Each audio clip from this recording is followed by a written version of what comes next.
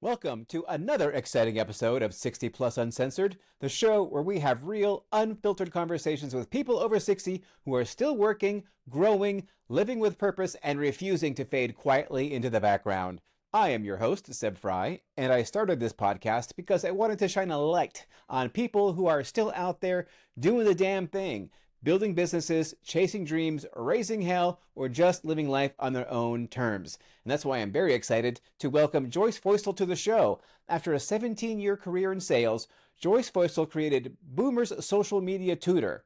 She provides coaching, tutoring, and team training for business owners and job seekers, especially those over age 55, so they can use LinkedIn more effectively and productively. Joyce, thanks so much for being here. Tell us a little bit about yourself. My second favorite story to tell. My first, of course, is how I met my husband, but maybe that's just too long You and could that's tell for that story another too. day. We like stories here Yeah, on 60 I'll Plus throw that Uncensored. in as it seems to fit. Well, I got into LinkedIn in 2006 when I was 57 years old because a friend of mine in a Toastmasters club invited me. Toastmasters is all about communication and leadership skills. I did absolutely nothing with that account, just had a baby skeleton account. Fast forward a couple years, a different Toastmasters friend invited me to be his friend on Facebook. And I'm like, oh, what's Facebook? This is 2008 now. I know I'm 59. And he tells me, I go, oh my gosh, that'd be great. Because he was leaving the club. They were expecting their first baby. And I thought, oh, great, I'll get to be in touch with him. Well, then I started to realize after I got into Facebook that maybe I should check out that LinkedIn again. Something just told me to do that. So I got more engaged with LinkedIn. Well, wouldn't you know it, the very next year of 2 years later, 2010, our company rolls out social media, which at that time was just Twitter as we knew it then, Facebook, and LinkedIn. And we in the inside sales department were directed to chat up social media, those three accounts. The company was on them.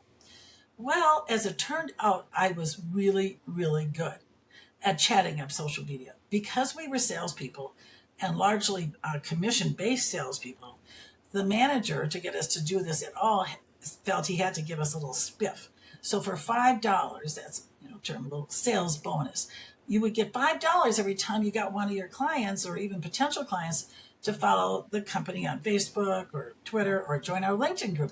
And guess what? Every month after month after month, me at 61 years old was the leader of that spiff group, if you want to call it that.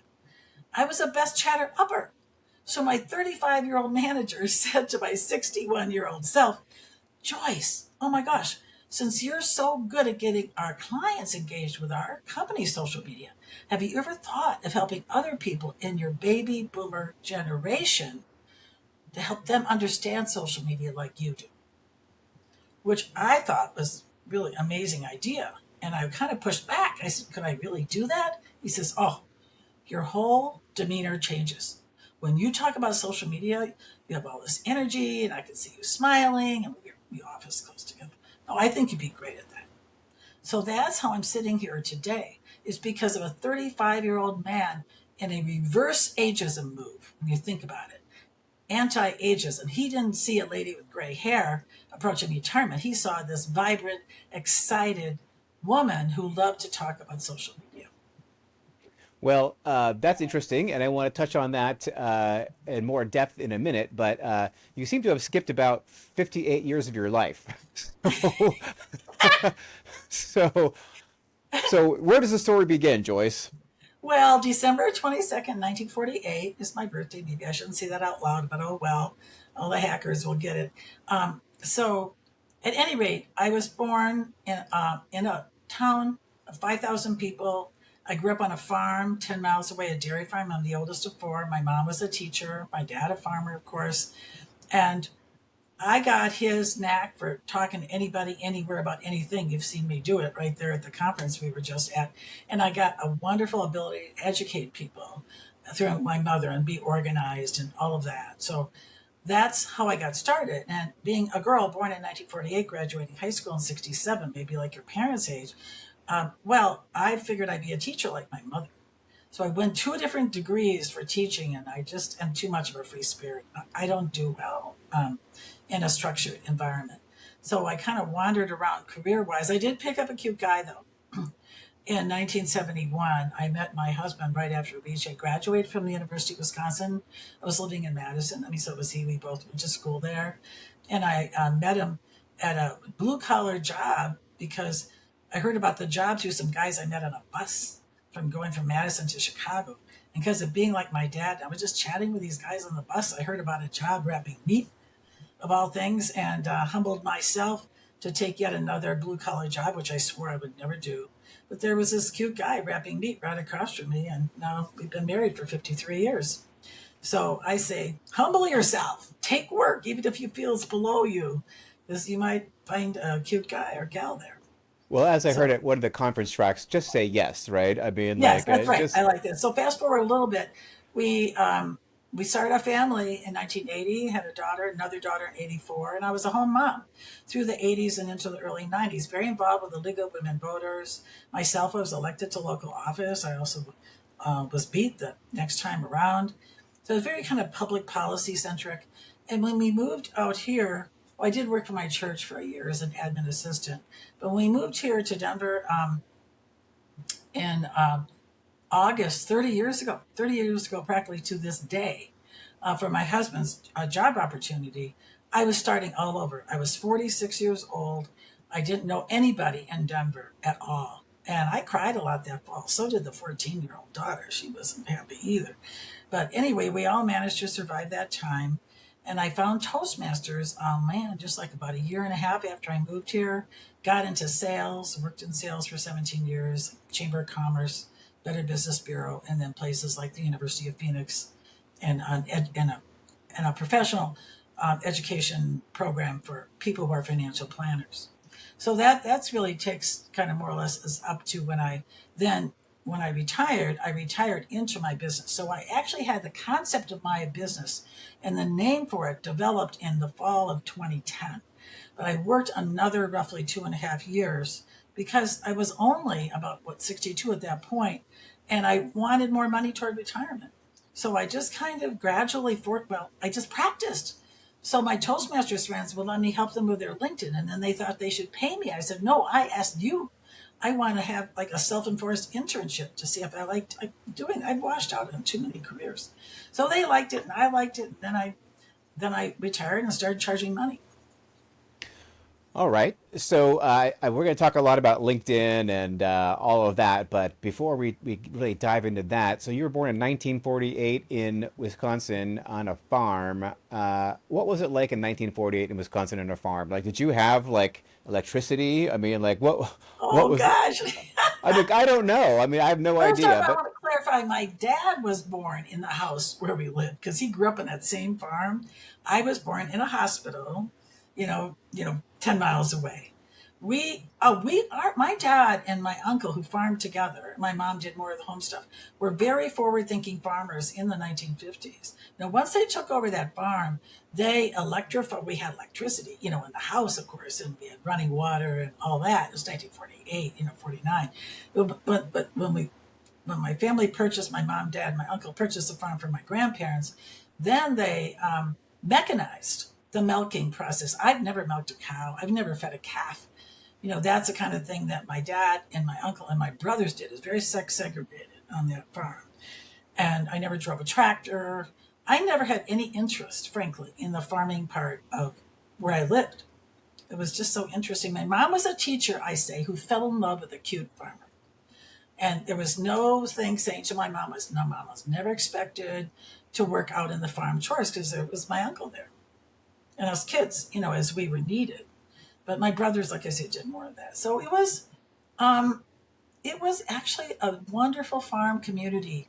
I'll call it that broadly because, I lived in a farm, but I went to college, the school in town. And, my parents were involved with the church and the PTA. And I would say we possibly were more one of the well-to-do farmers. I mean, because we got to take vacations outside of Wisconsin, and my uncle would run the farm when we were gone, and we always, got to have, decent clothing, and I never felt like we struggled financially, as a family. And I think my dad could have been something beside a farmer, but he was born in 1920. And that generation, the greatest generation, they kind of do whatever their mom or dad tells them to do. So my mom and dad raised us kids. We were all born after World War II to be what we wanted to be. And they saved money for us to go to college. When I graduated high school, maybe a third of my class went on beyond high school. So my class of 85 or 90 people, only a third of us. And most everybody else went no further than 35 miles away. So for me to go 120 miles away, which was far drive in the 60s, was a big deal. But my aunt and two of my aunts and my grandpa had all gone to the University of Wisconsin. We'd been there to see friends and family. So I was a little intimidated to go from this town of 1,000 people and 300 in my high school to a campus of 40,000 students, like going to Berkeley, where you are in California, that area. So yeah, that's a little, a bit. I think we were I would call us sort of pillars of that farm community. And my uncle too, though he was kind of overshadowed by my dad, who was a lot bigger personality. But my uncle played a role. He was quite involved in his church and his gun club and things like that. Well, I'm sorry, I don't mean to like imply that you wouldn't have had electricity, but my Yes, understanding is that a lot of rural America, like in 1948, was not yet electrified. probably not. Probably not. Hmm. Yeah. But they So, got that in the newspaper. I mean, I still have that in a childhood scrapbook. A picture of my dad and my uncle in the milking parlor, as it was called. That yeah. they did. It was Well, pretty neat. I mean, it's this is like sort of like Norman Rockwell's America. It sounds like you grew up Kind of, in. yeah. It was a bit of that, yeah. Yeah, those were the good old days, back when America was great. So, but you moved to Denver, and then you had a 17-year career in sales. What were you selling? Well, I was selling basically marketing in a way. So when you join a chamber of commerce, you can just call up and join it. But a lot of times you need a little bit of coaxing into it by a staff person there. So for a year, I helped people in this western suburban part of the Denver area to make a purchase decision to join the regional chamber of commerce. And later, I worked for the Better Business Bureau, which is another type of marketing decision. Not so there's not networking like a chamber of commerce, but a Better Business Bureau. It's a good sort of good housekeeping seal of approval. It was outside sales, so you go around sitting having coffee with people at IHOP or something, and you convince them, help them decide if being a member of the Better Business Bureau is for them. And then I segued over into education sales. So now I was more of an appointment setter, helper to the enrollment advisors. So we both try to chase down the potential students, and then I get them scheduled to meet in person with an enrollment advisor, and actually supported campuses of the University of Phoenix in 3 or 4 different states. So that was really interesting. And then when I switched from broadly education sales with the University of Phoenix over to the College for Financial Planning, then I became the actual enrollment advisor. And there I'm talking on the phone or through email back and forth. This is before we had Zoom and such. This is 06 to 13. And I'm talking to people who want to become a financial advisor. We saw some of those people really at the event we were just at. Or they needed professional development, CE, to keep up their financial planner status. And the college had all kinds of certificate programs, as well as the coursework required to take before you can take that really hard 1.5 day long CFP exam. And we also had graduate courses in finance and financial planning, financial analyst. So I really, when I've been in sales, it was always, I would call it ideas, better yourself in some way or better your company. Okay, so Mm-hmm. 17 years, and you're pretty young, 61, 62. Like, why did you retire, quote unquote, so young? Well, because I finally found a calling. See, Really? I So didn't that really was it. It retire. right. I retired into my business, Boomer Social Media Tutor. So I retired into it when I felt that the time was right. I was going to work actually to 66 because that's better for you with Social Security, 70, of course, even more.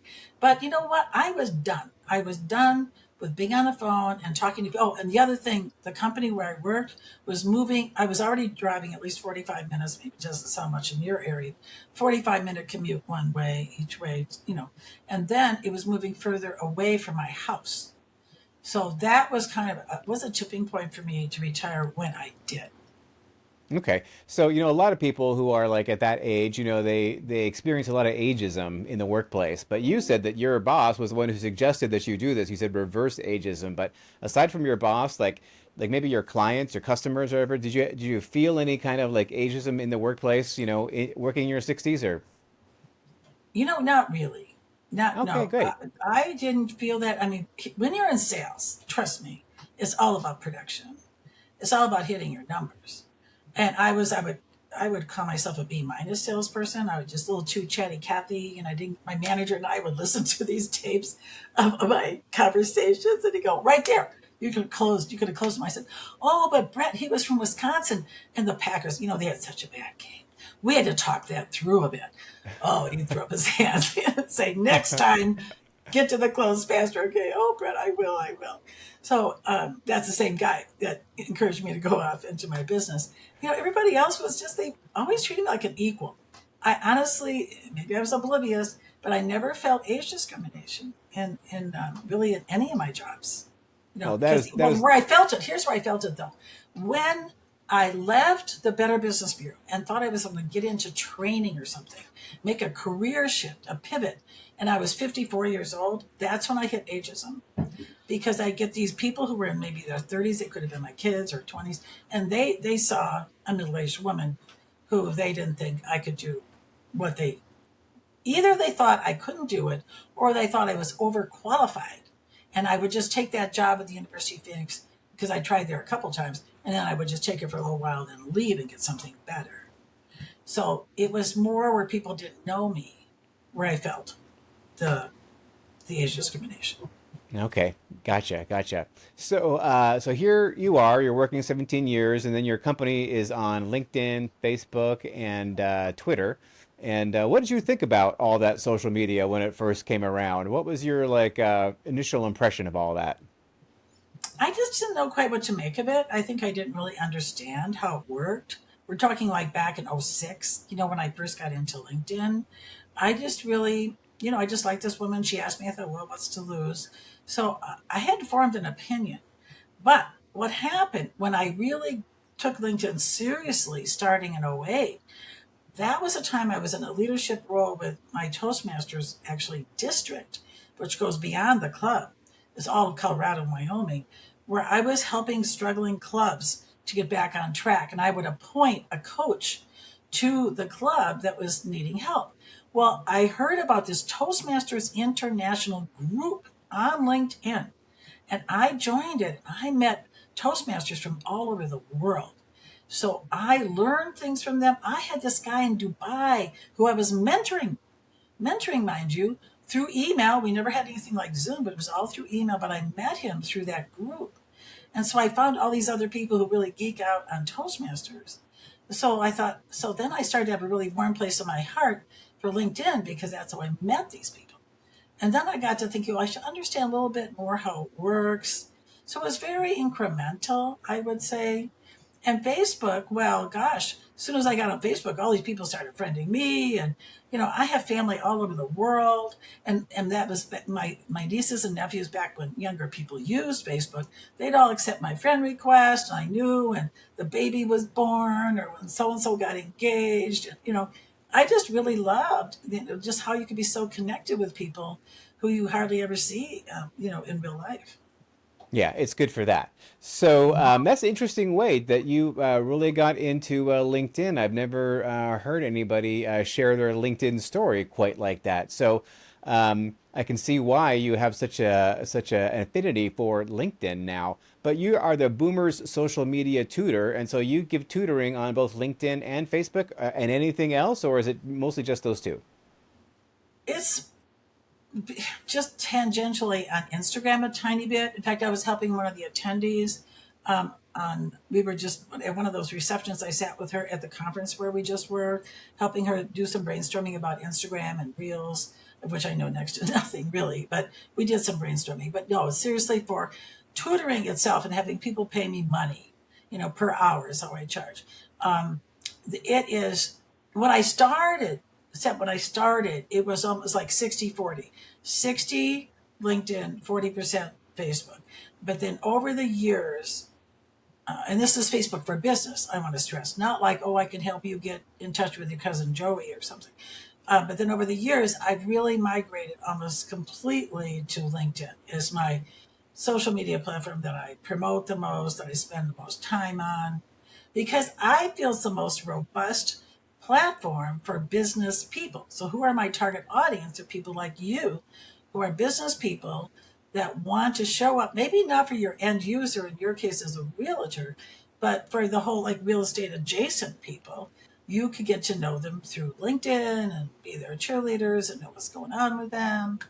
So I just feel and it's so educational. I learn so much from people on LinkedIn. So I think it's really the educator in me from decades ago that resonates with LinkedIn. Yeah, and that is how actually you and I met, was on LinkedIn. You were commenting or whatever on some thread from the CSA or whatever, and so that is actually how we got connected.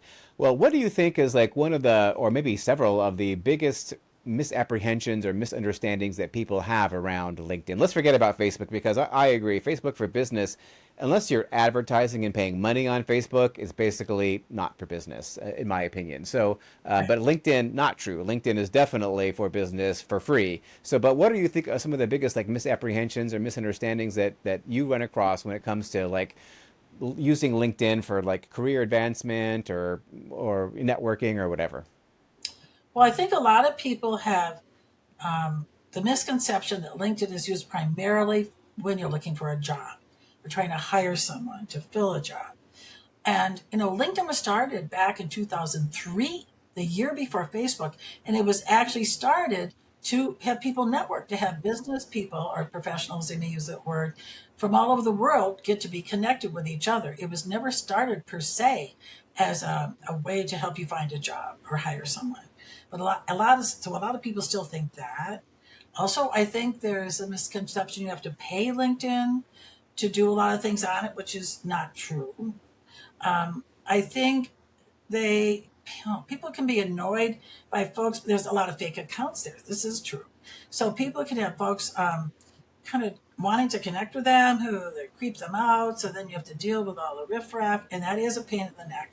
But there are some ways you can adjust, not so much with the invitations, but at least with your notifications. So if you don't want to hear about what so and so is up to, or anybody else, really, frankly, you just go to their page and look at it. You can adjust your notifications, ratchet them down really, really narrowly, so you don't get bombarded with a lot of unwanted information. And I tell people too, if there's folks that you're connected to and you don't really appreciate what they're saying on LinkedIn, well, then don't follow them.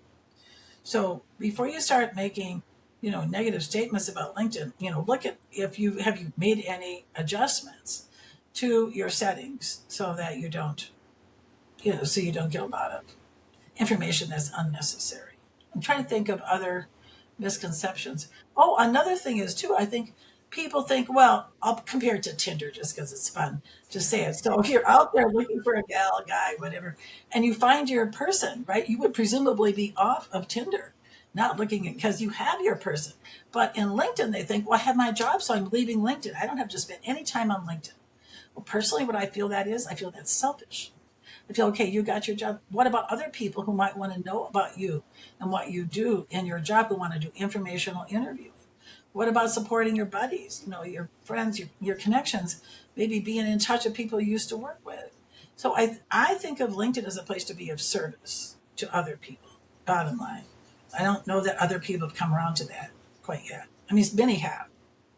Yeah, well, I mean, if you spend any time, like I've been spending a lot more time on LinkedIn personally over the last couple of months, and it's just really amazing. And what's also kind of amazing to me is that people are posting stuff that you would normally see on Facebook on there. People are posting like, here's pictures at my birthday party or whatever, right? I mean, like, so it's kind of is like blending, and I think that a lot of professionals are really using LinkedIn increasingly, not just for business networking, but just for sharing their lives with, other people in their network. Well, I think it's a nice touch. Some people don't like it. They think it's too Facebooky, and they don't appreciate how people will talk about their personal life. However, I agree with you, and I think it's all a matter of propriety. I think it's a matter of balance. For me personally, I'll throw in occasional a personal post, but usually I have some reason to do it, some life lesson I learned that I felt I can tie it into that personal story. And in fact, the biggest performing post I've had are ones that are personal. Me holding a birthday cake that says 73 on it because my birthday is right before Christmas. And I have my Santa sweater dress wearing that.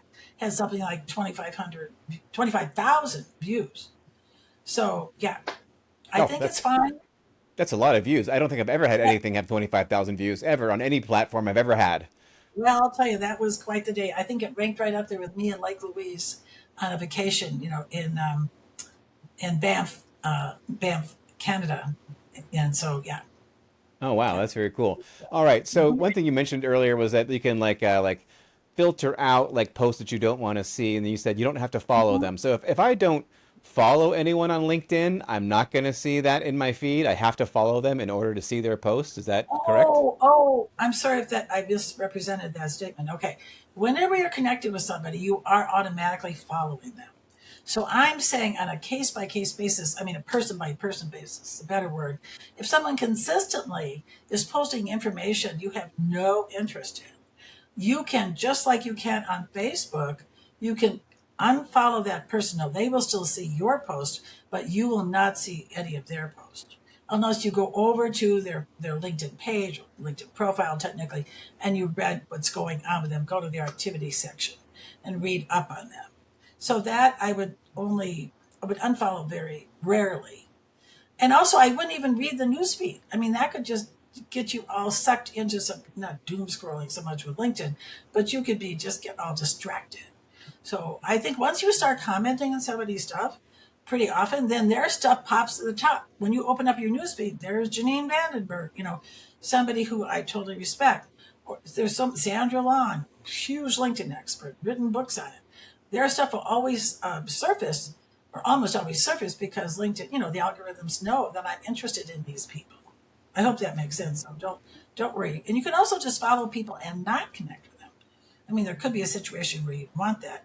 Or sometimes people will follow you and you look in who they are and you're like, oh, that's fine, they're following me, but I have no interest in connecting with them. Of course, you can Right. also block people. Set. Always remember that. Excuse me for the interruption. You can block if someone is really creepy. I mean, ew, creepy. You can go to their profile and click on more, click on report block, and then click on block and their name, and they're gone. They're dead to you. You're dead to them. So They're out of your life. they're out of your life. Yeah, like a restraining order might be a better term. Right. So you said don't go to LinkedIn and doom scroll through your feed.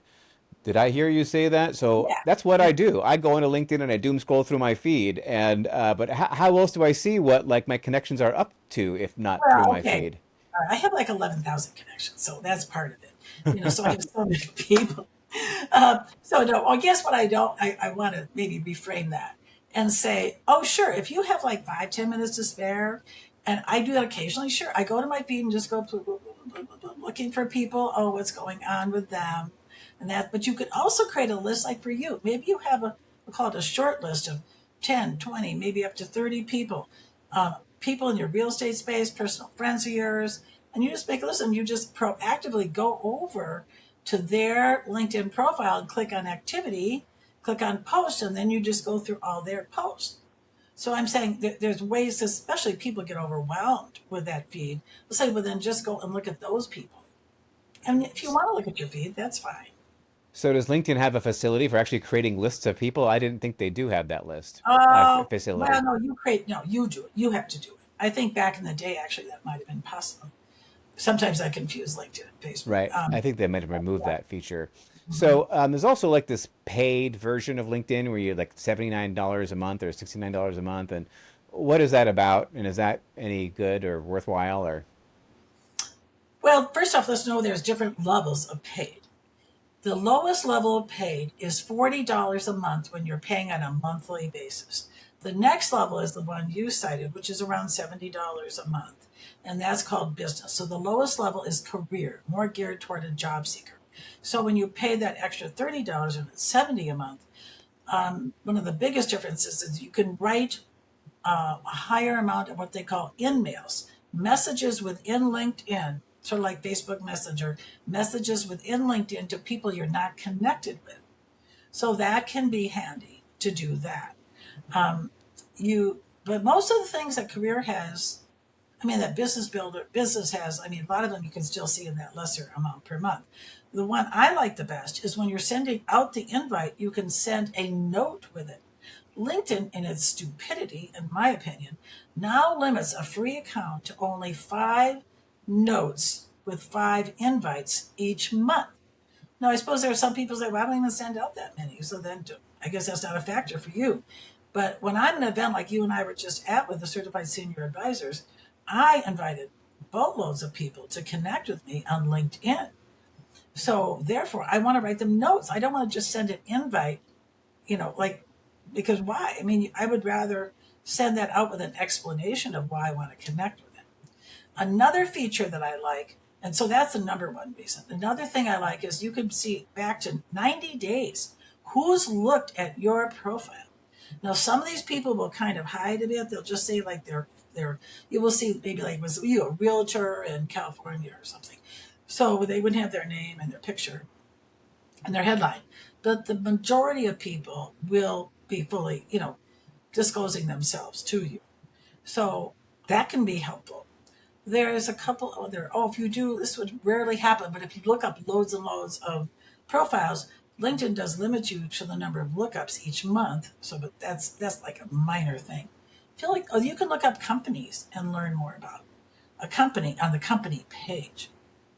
But I think for the vast majority of LinkedIn users, premium is not needed. Although just yesterday, I was talking with a guy from Toronto, Canada, and he used to have premium and he didn't have a banner image, that cover photo behind the profile photo. And he had no access to creating one until he spent $71 in Canadian money to his business, the business level he'd had. And I got to research that because then he was available. But that's not right. I am really confused about why LinkedIn would have that going on. But that hopefully was just a one-off, some sort of a glitch. But yeah. Some sort of a glitch. So if you do the premium, you can send unlimited messages when you connect through InMail. Is that the deal, Yes, well or is done. there still a cap? I'm going to parse this out just a little bit. When you can send as many invites. Everybody can send as many invites as they want, and you can all those invites you send each month. You can add on a note. Seb, it was great meeting you at the conference. Let's have coffee. Whatever. Let's do a Zoom. Now, those are not InMails. Well, I guess let me really get granular. When you send that message out with that person, it's just a regular LinkedIn message, I guess, right? It's just going out to that person. No, but they only let you do it 5 times a month with 5 different invites. Now, when you have paid LinkedIn, not only could you send all those different invites, attach a message, you have access to a certain number of InMails each month. And I can't remember the exact amount, but there's more per month for this, say the $70 level than for the $40 level. So so those are just messages you're sending to somebody you're not connected to through the internal LinkedIn messaging. They call it Got email. it. Yeah, yeah. So back in the foreclosure boom, I used to want to send like asset managers, bank asset Yeah, managers, yeah, that's a good messages. example. But Right. they never replied to me even then. Well, because they were inundated, right? It was like Yeah. chaos, right? So like I can see that, but I could see how it could be useful for many other people. But here's one thing I've never quite understood is that okay, like I pay for premium, and then I can see who's looking at my profile. Does that really do me any good? I mean, what do you do if someone looks at your profile? I mean, what would you suggest that you Well, do? if you were a job seeker, for those job seekers watching this episode. Well, then, and it was the hiring authority. I would reach out to the hiring authority and ask them to connect with you. Say, I saw you were looking at my profile. I was honored. Let's connect on LinkedIn. I mean, be bold like that is what I would do. Or maybe it was a potential client of yours. Or maybe, and I need to do this myself more often, or maybe it's a former client or someone from a business group you might say, oh, hey, Seb, I saw you looking at my profile. Just wondering what, kind of prompted you to just take a gander at it. I mean, just Yeah. very open. I mean, All not right. So every one of them. I kind of do this selectively. It could be kind of too sort of a waste of time to a degree. I mean, your point. It's a good question. So, like on LinkedIn, you can see contact info if you are in fact connected to that person. With the premium version, can you see contact info for them if you're not connected to that person? I think you need a third party application that ties into LinkedIn. I forget the names of it. So the short answer is no. Okay. Well, All wait, right. wait, wait. Unless they went into their settings and they allowed anyone on LinkedIn to see their email. Oh, okay. All right. I Got don't it. think most people do that. Okay. Because to me, that would be powerful. Like if That'd you be could, really, yeah, yeah. because then you can say, okay, well, I pay for this information, and then like I see their phone number, and then I can call them, right? Because Yeah. like a lot of people are only intermittent users of LinkedIn. It could be that like you are in there for a little while, you like look up a few people, and then you log off, and then you don't Mhm. you don't catch any further like activity. If someone sends you a message, maybe you don't check your email, maybe it's your spam folder. It would be nice if Mhm. you could just text message them or call them directly. Yeah. So, I know that one big thing is your LinkedIn profile. And after the conference and I watched your presentation, I've had a LinkedIn profile for 20 plus years, right? I thought it was pretty good. But my profile, after hearing your talk, I realized that really I have a long ways to go on my profile. What are some tips that you can give people to like, like really enhance your profile to so that the people that you want to discover you can discover you more easily?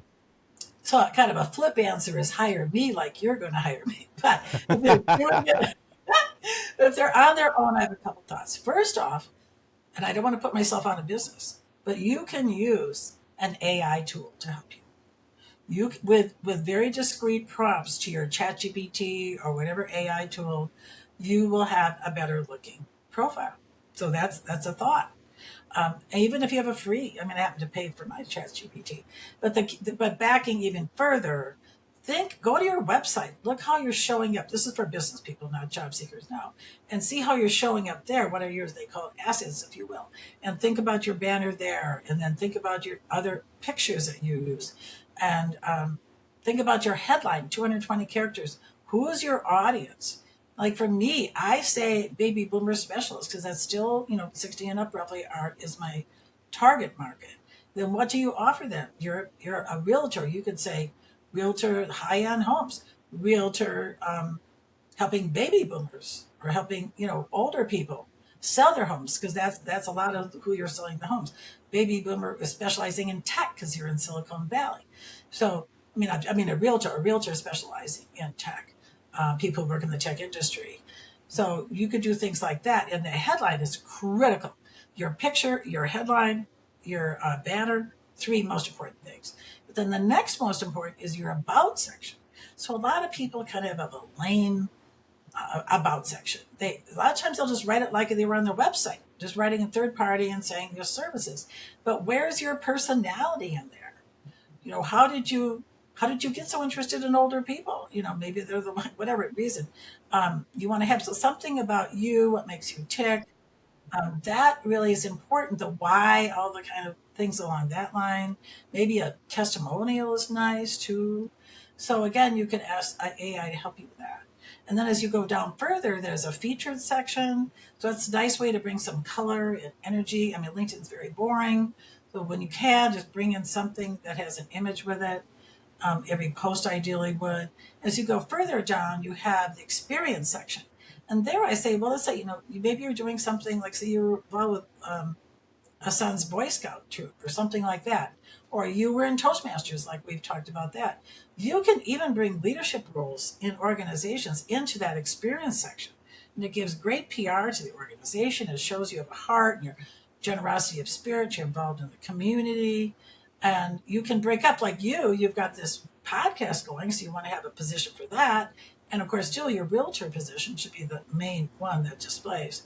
And going further down, you get to these certifications. So you want to always have realtor, and there obviously any other licenses. Your CSA. Yep, absolutely. Your CSA that should be in there. Whereas going further down, sort of visualizing it, so you have your higher education, you have your certificates, you have your projects. Like I talked about the day you saw me speak at the conference, I did that wonderful presentation. I was so happy about how well it went, the reception I had. Why not celebrate that by making it a project in the project section, which used to display lower, but now it's higher. It's right after certifications and licenses, even above skills and volunteering. So you can have something in a couple places. You've got your skills, honors and awards. I mean, I just say really flesh it out.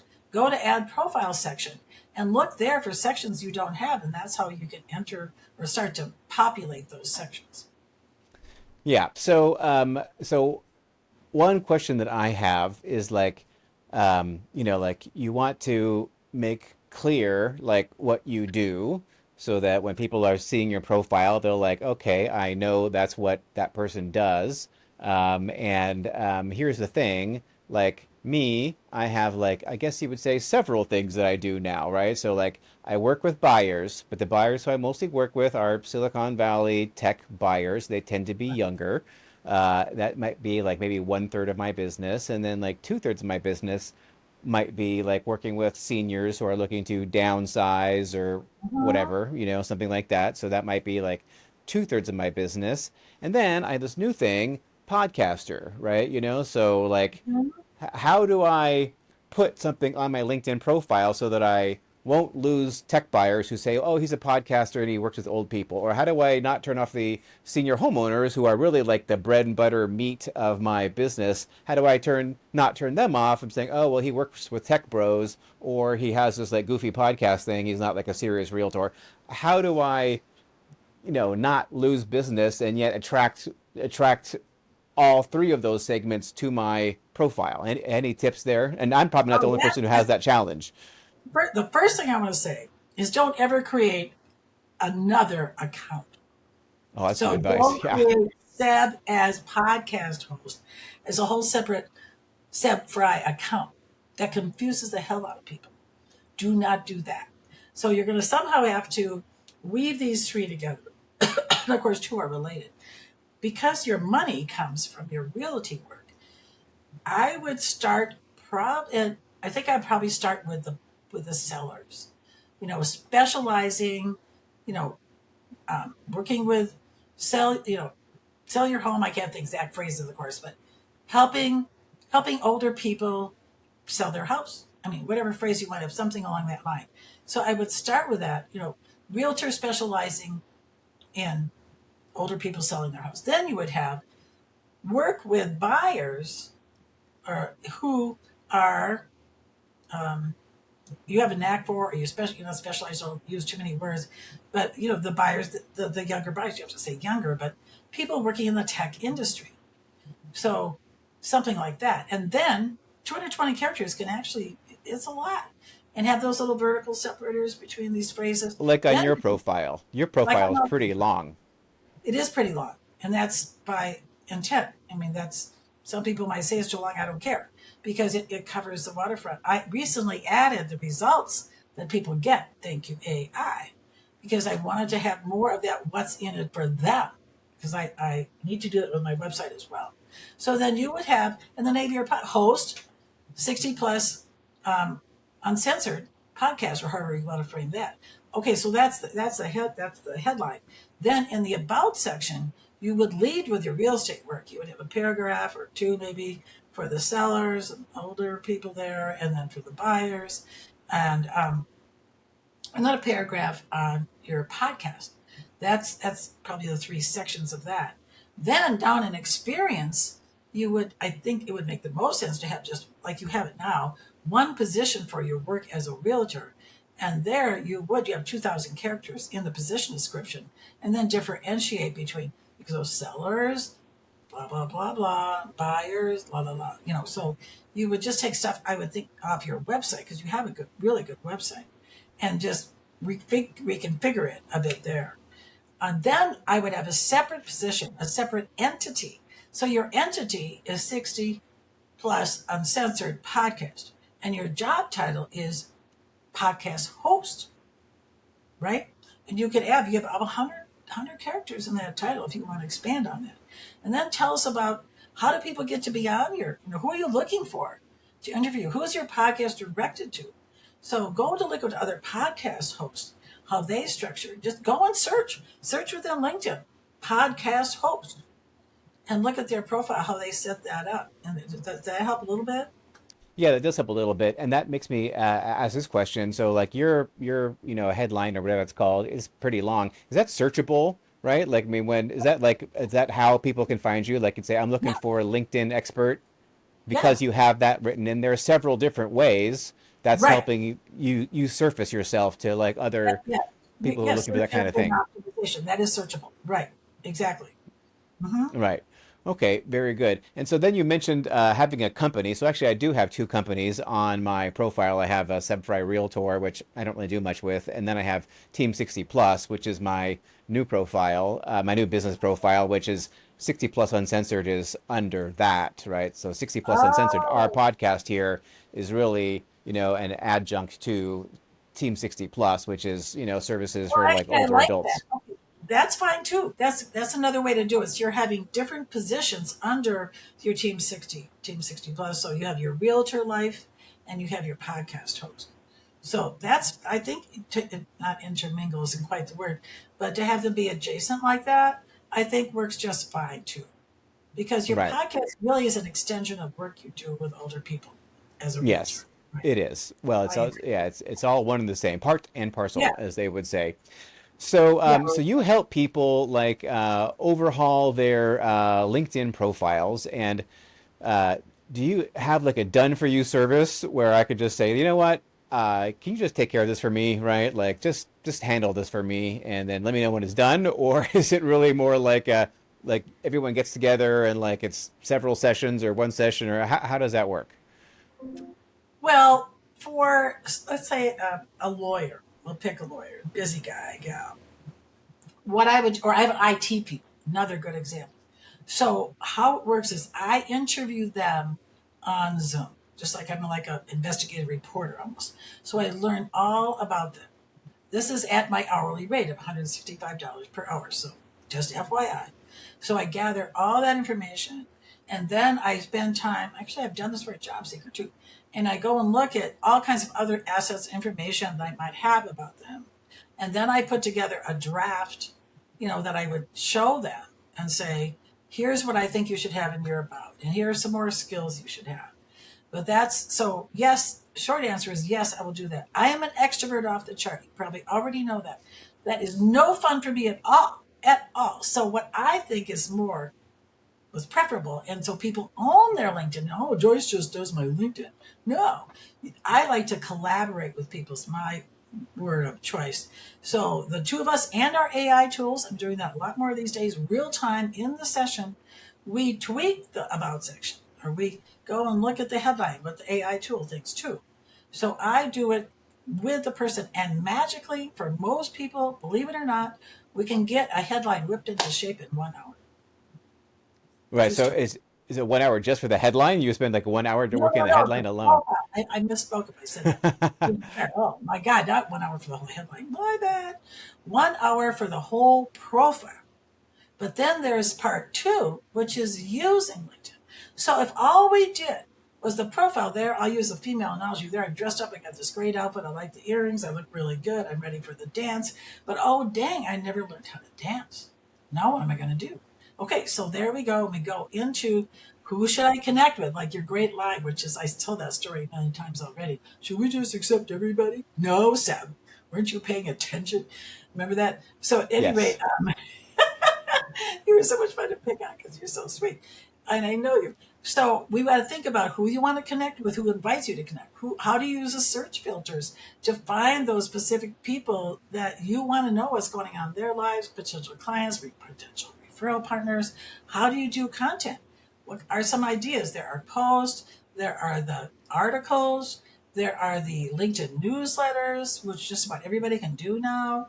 I think just everybody can. And then also the settings, going through and making sure that LinkedIn doesn't let generative AI use your stuff on LinkedIn. Who wants that? And then going through a bunch of notifications. So that takes roughly another hour.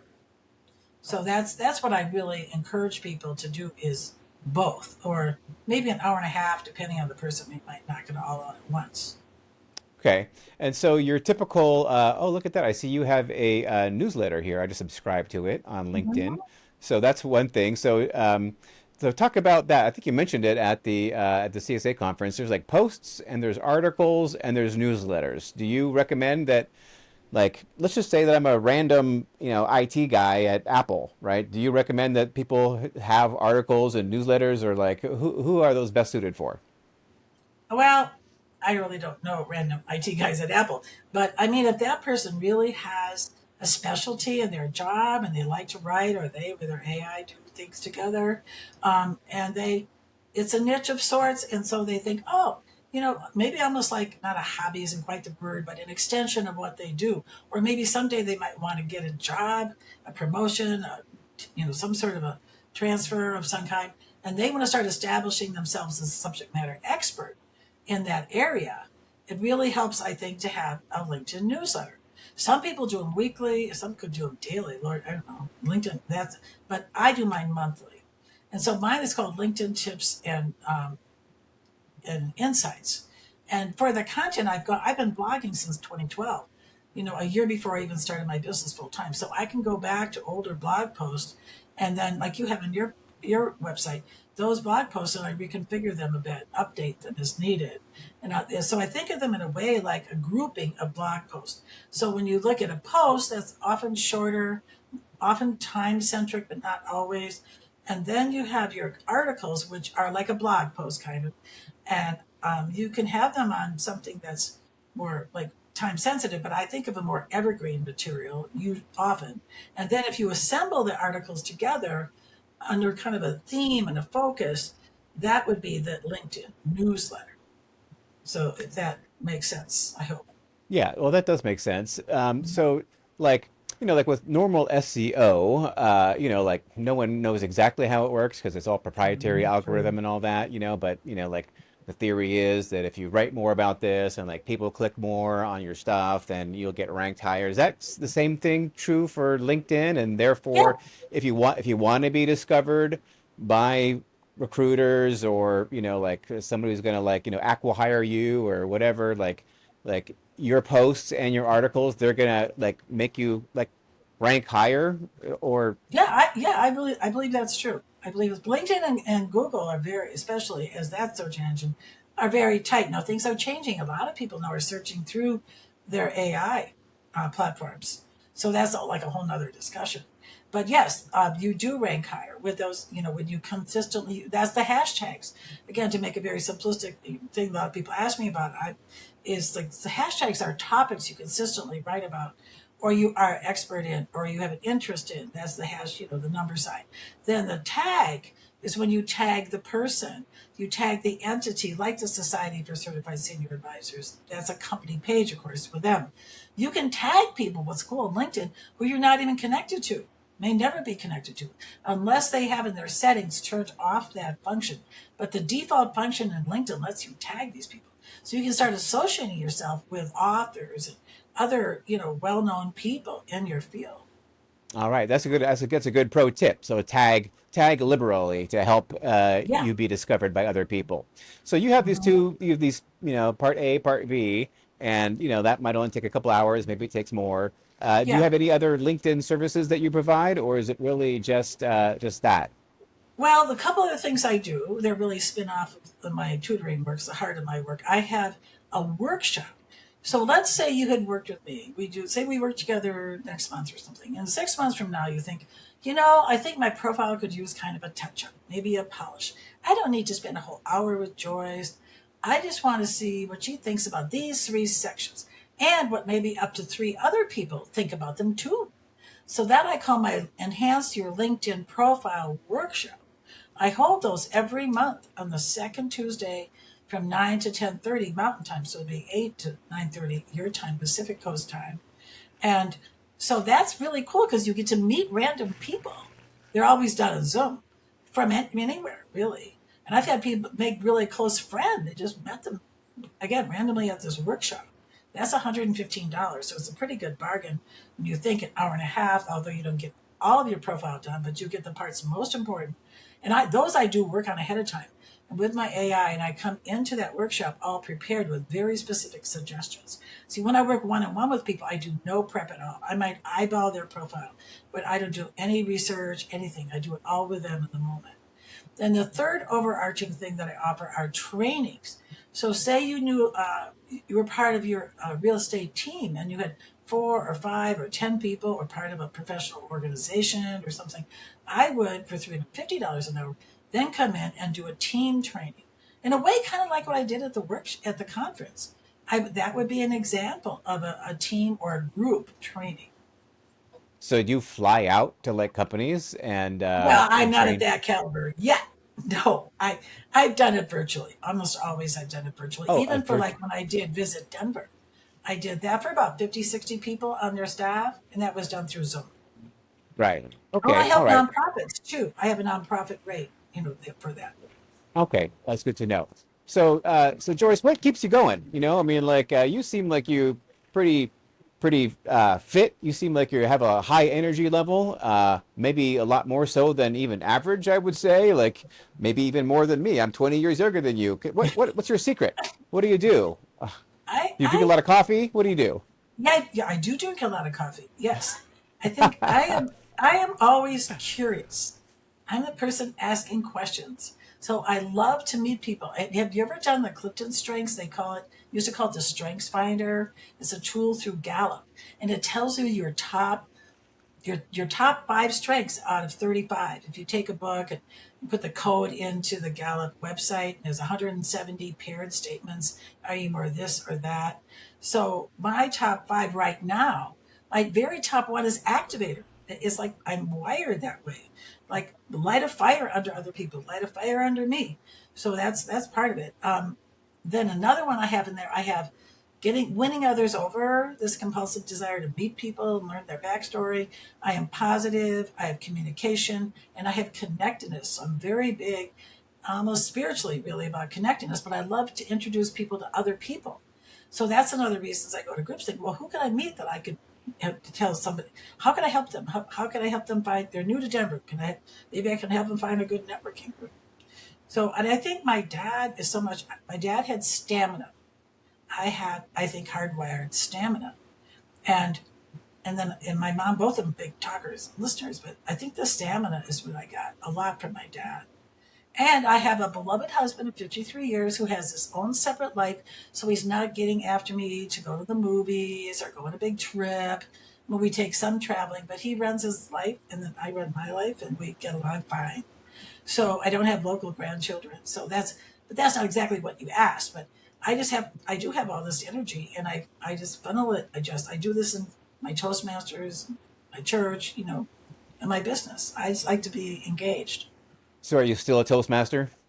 You still Yes, go to almost 30 meetings? years now. Almost 30 So years. so you go every week to a Toastmasters meeting? No, a lot of clubs meet weekly. My club meets twice a month, which I believe is one of the reasons we have so many Gen Zs and millennials in it.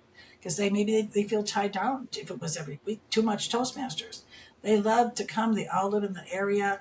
And I just feel like I died God in heaven in my current club because 75% of our club is under the age of 45, and they laugh at my jokes. And like the other day, I was in charge of impromptu speaking, and by mistake, when I said, tell us a time you knew it was time to break up with your partner, but keep it R rated. I meant to say keep it PG, and the whole group just cracks up. No, no, no, I meant PG. I'm laughing.